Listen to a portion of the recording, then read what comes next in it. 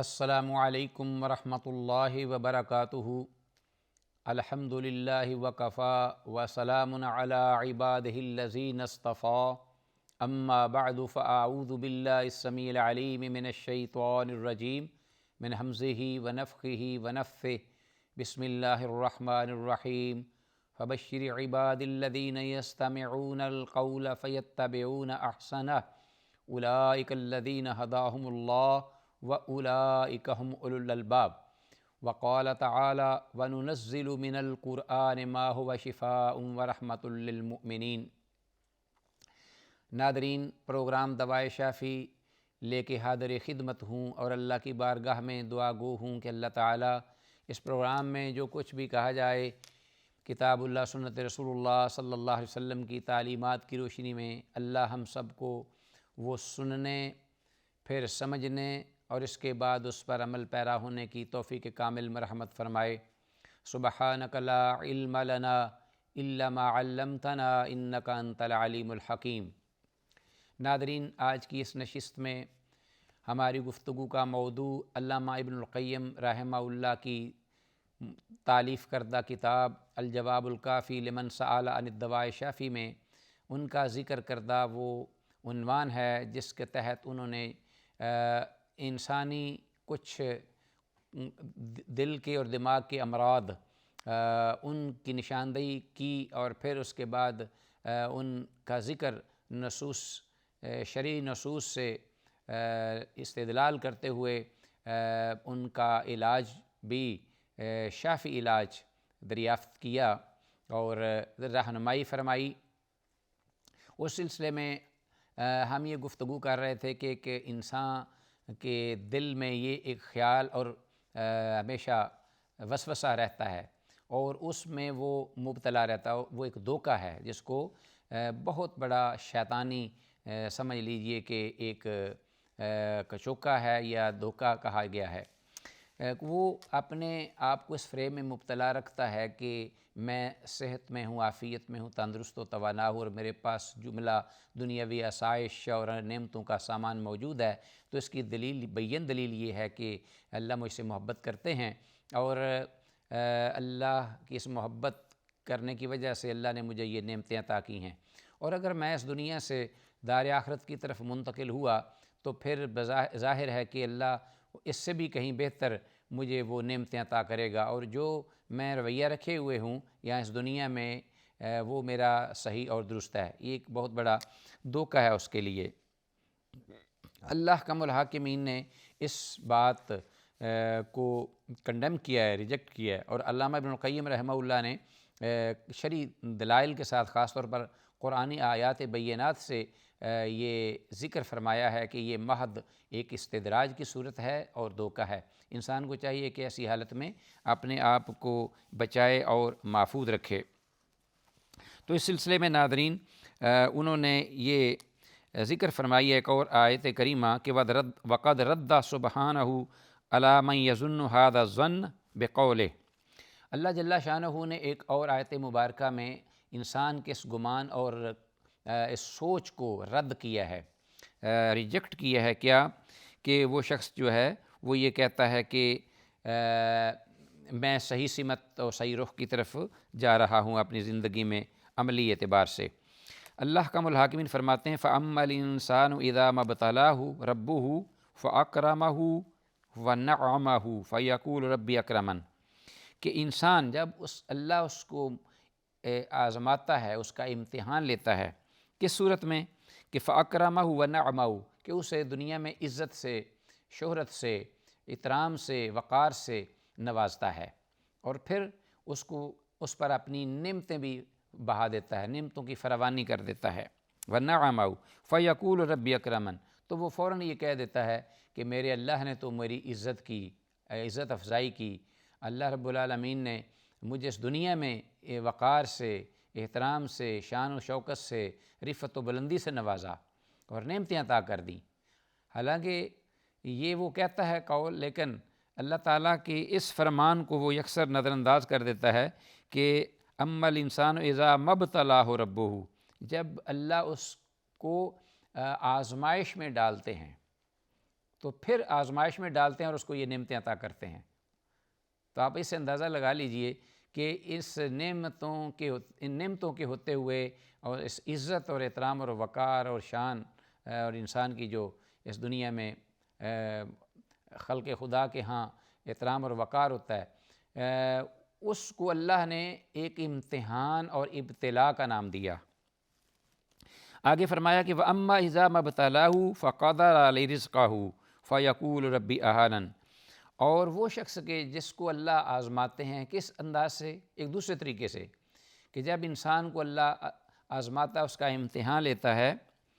کہ اس پر رزق تنگ کر دیتا ہے، فَقَدَرَ عَلَيْهِ رِزْقَهُ،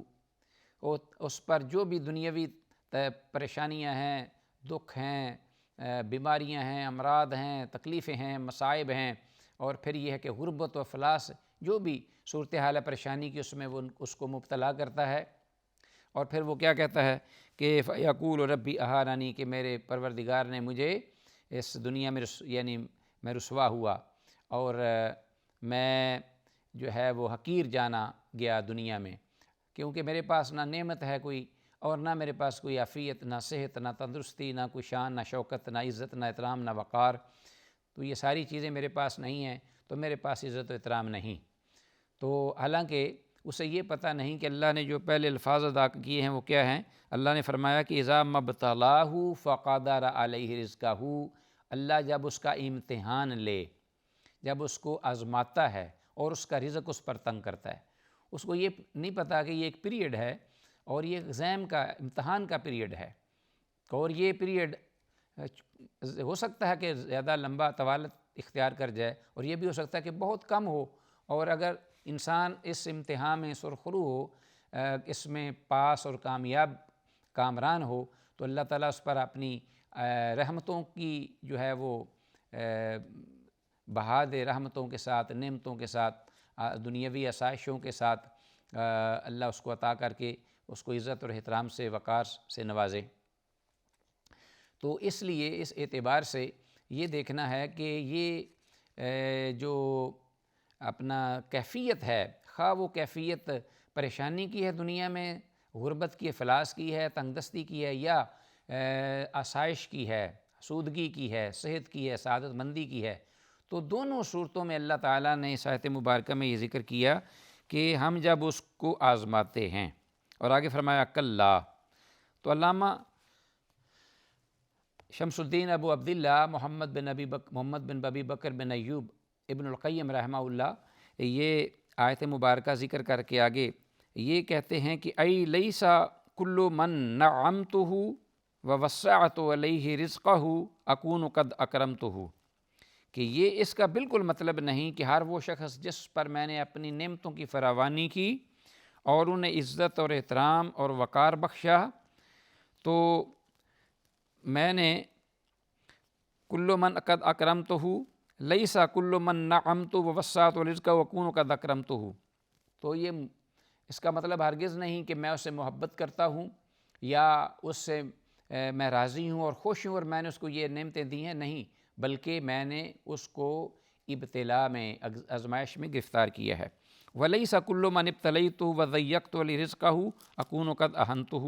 اور یہ بھی مطلب نہیں ہے کہ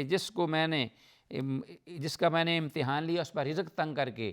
کہ میں نے اس کو اہانت کی اس کی، یا اس کو دنیا میں پریشان کیا، یا دنیا میں اس کو عزت سے محروم رکھا، اس کا یہ بھی مطلب نہیں۔ اس لیے کہ آپ دیکھتے ہیں انبیاء اور رسول علیہ السلام کی زندگی، اور وہ اس کائنات میں اللہ کے بعد ہستی تھے، احترام میں، وقار میں، عزت میں، شرف میں، کمال میں، لیکن آپ دیکھیے کہ کون کون سی آزمائش میں، کس کس امتحان میں، کس دکھ اور کرب میں اور مصیبت کی چکیوں سے اللہ کے پیغمبر انبیاء رسول علیہ السلام گزرے۔ اور رسول اللہ صلی اللہ علیہ وسلم جو کہ امام الانبیاء اور امام الرسل تھے، انہوں نے تو یہاں تک فرما دیا کہ لَقَدْ أُوذِيتُ فِي اللَّهِ مَا يُؤْذَى أَحَدٌ، کہ مجھے رائے حق میں اتنا ستایا گیا کہ جتنا کسی کو بھی نہیں ستایا گیا، اور فرمایا کہ اشد البلاء الانبیاء ثم الامثل فالامثل، سب سے زیادہ جو آزمائش اور امتحان ہے دنیا کا، وہ اس چکی سے انبیاء اور رسل گزرتے ہیں، پھر ان کے بعد اب درجہ بدرجہ دیگر لوگ ہیں، تو جس قدر کوئی زیادہ اللہ کے ہاں بلند مراتب اور بلند درجات کے حصول کے لیے کوشاں ہوتا ہے، اللہ حکم الحاکمین اس کی آزمائش کرتے ہیں۔ اور فرمایا کہ بل ابتلی ھذا بالنعم و اکرم ھذا بالابتلاء، تو اس آیت نے یہ بتا دیا کہ ایک شخص ہے جو کہ نعمتوں کے ساتھ آزمایا گیا، اور دوسرا جو ہے وہ نعمتوں کے ساتھ اس کی احترام اور عزت کی، یعنی وہ بھی آزمائش میں ہے، اور دوسرا جس کے پاس نعمتیں نہیں وہ بھی آزمائش میں ہے۔ تو اسی لیے اللہ حکم الحاکمین نے یہ فیصلہ کر دیا ہے قرآن حکیم میں، اور یہ جگہ پہ یہ فرمایا کہ من کان یرید العاجلۃ عجلنا لہ فیہا ما نشاء لمن نرید، کہ جو شخص چاہتا ہے کہ ہمیں دنیا عطا کر دے، اللہ ہمیں دنیا دے دے، من کان یرید العاجلہ عجلنا لہ فیہا ما نشاء، تو ہم اس کو وہ دنیاوی آسائشیں، دنیاوی مال و دولت عیش و عشرت دے دیتے ہیں جس قدر چاہیں، لمن نرید، اور جس کے لیے چاہیں، یعنی اللہ با اختیار ہیں، اللہ حکم الحاکمین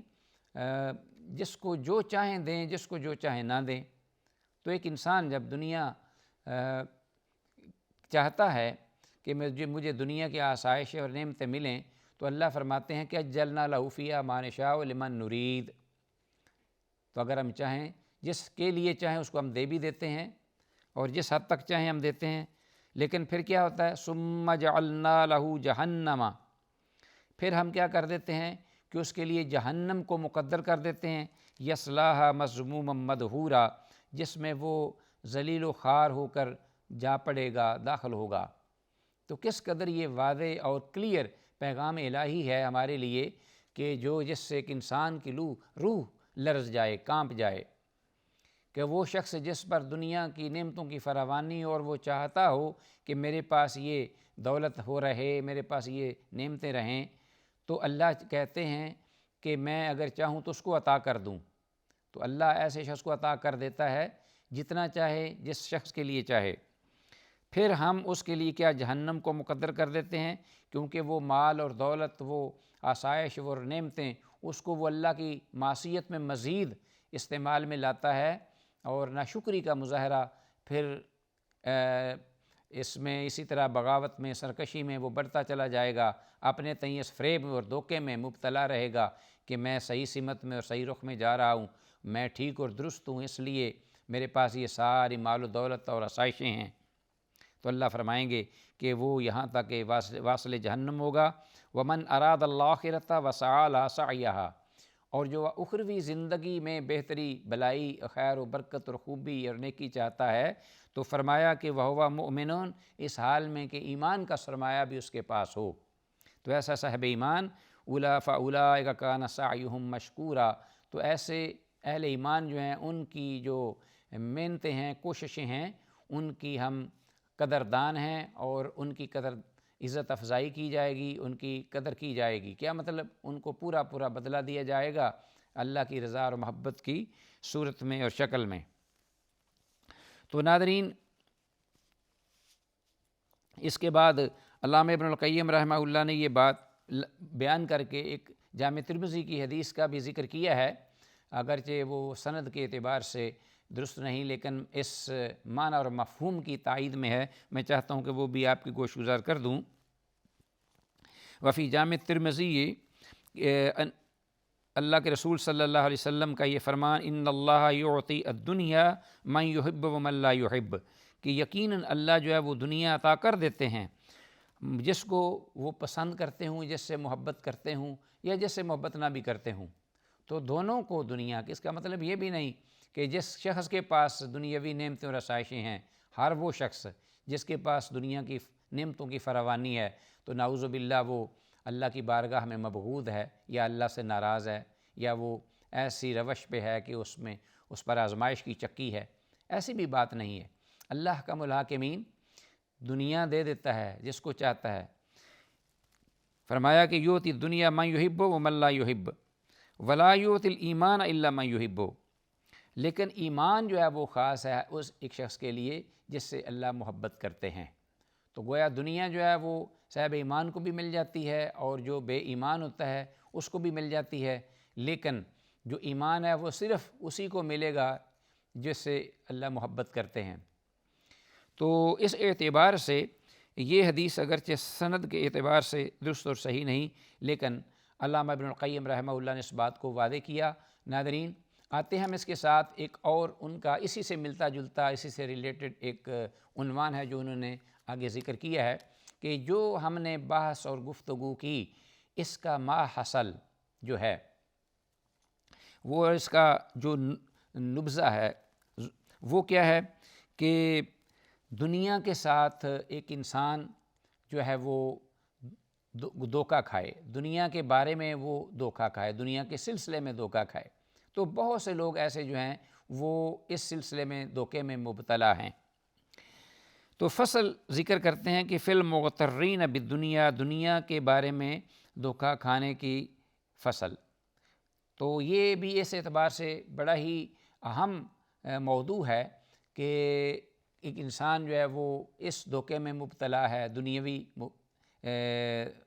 دنیا میں رہتے ہوئے، اس لیے کہ دنیا ایک دارالعمل ہے اور کہا جاتا ہے کہ آخرت کے لیے ایک قسم کی کھیتی ہے کہ جو اس میں تم محنت و کوشش کرو گے، جو بو گے وہ آخرت میں کاٹو گے۔ تو لہٰذا دنیا کی اس اعتبار سے تو بہت بڑی اہمیت ہے، لیکن جب ہم اس دنیا کا تقابل کرتے ہیں، مقارنہ کرتے ہیں اخروی زندگی کے ساتھ، یعنی الگ الگ دونوں کی تو بڑی اہمیت ہے، دنیا اس کی بڑی اہمیت ہے کہ آخرت کے لیے ایک تیاری کا اللہ نے ایک وقت دیا ہے، جگہ دی ہے، ٹھکانہ دیا ہے، اور جس نے دنیا میں آخرت کو سنوار لیا، گویا کہ اس کی دنیا بھی سنور گئی اور آخرت بھی سنور گئی۔ لیکن جب ہم معاملہ پریورٹی کا آتا ہے کہ اہمیت کس کو دیں ہم، اور ہم جب دونوں دنیا اور آخرت کا تقابل ہوتا ہے، جب آمنے سامنے ہوتے ہیں، تو اس وقت کون سی چیز بہتر ہے، تو اس چیز کا جائزہ لینا ہے۔ بہت سارے ایسے لوگ ہوں گے کہ جو ویسے صاحب ایمان ہیں اور عمل بھی ان کے اچھے ہیں، لیکن آپ نے دیکھا ہوگا کہ دنیاوی زندگی میں ان کا جو طرز عمل ہے وہ اخروی زندگی کے مقابلے میں وہ نہیں جو ہونا چاہیے، یعنی وہ پریورٹی نہیں دیتے اور ترجیح نہیں دیتے اخروی زندگی کو دنیا کی زندگانی اور اس کی آسائشوں اور اس کے اعمال پر، بلکہ وہ اس کو ایک ثانوی حیثیت یا ثانوی درجہ دیتے ہیں، باوجود ہے کہ وہ چاہتے ہیں، نیکی بھی چاہتے ہیں، دینداری بھی چاہتے ہیں، اور اسی طرح اطاعت خداوندی اور رسول اللہ کی فرما برداری میں بھی وہ کوشاں ہوتے ہیں، لیکن بہت سارے ایسے مسلمان ہیں جو تساہل اور تغافل برتتے ہیں۔ اس کا ہم نے جائزہ لینا ہے۔ انشاءاللہ ہم اپنی آئندہ اللہ نے چاہا تو نشست میں اس پر گفتگو ہوگی۔ ھذا ما عندی واللہ اعلی وعلم بالصواب۔ السلام علیکم ورحمۃ اللہ وبرکاتہ۔